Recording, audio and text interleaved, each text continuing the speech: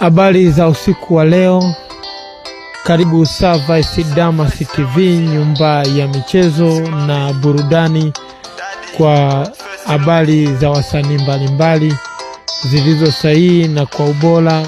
Na tunakuletea leo matokeo ya nusu finali ya kombe ya CRDB Federation Cup, ambayo Yanga imekumbana na kipigo na maumivu baada ya kulazimishwa kutolewa na wapinzani wao Azam FC wakiwa katika dimba la CCM Kirumba jijini Mwanza.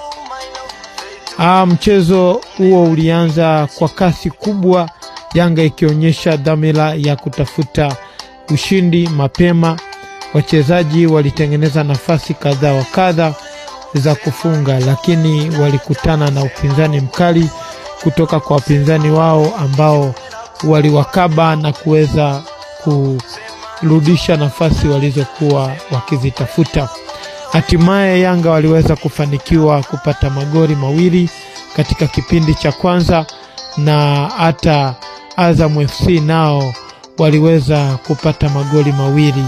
Mpira ulienda mapumziko wakiwa katika jumla ya mabao 2-2, yani wakiwa sare.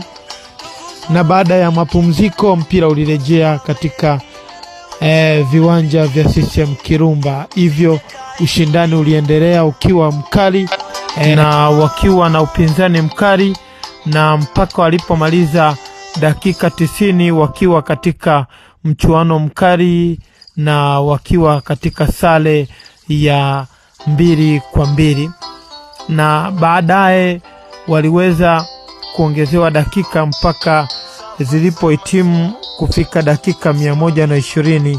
Ubao wa matokeo ulisoma mabao 3-2 baada ya mchezaji wa Azam FC kuweza kufunga bao la 3 na kuweza kuipatia Azam FC ushindi wa mabao 3-2, na mpira mpaka unakwisha ulikuwa katika uzani wa 3-2, na pia ndiyo matokeo yetu yaliyotoka mpaka mpira unaisha. Ndivyo tunavyotamatisha michezo yetu siku wa leo.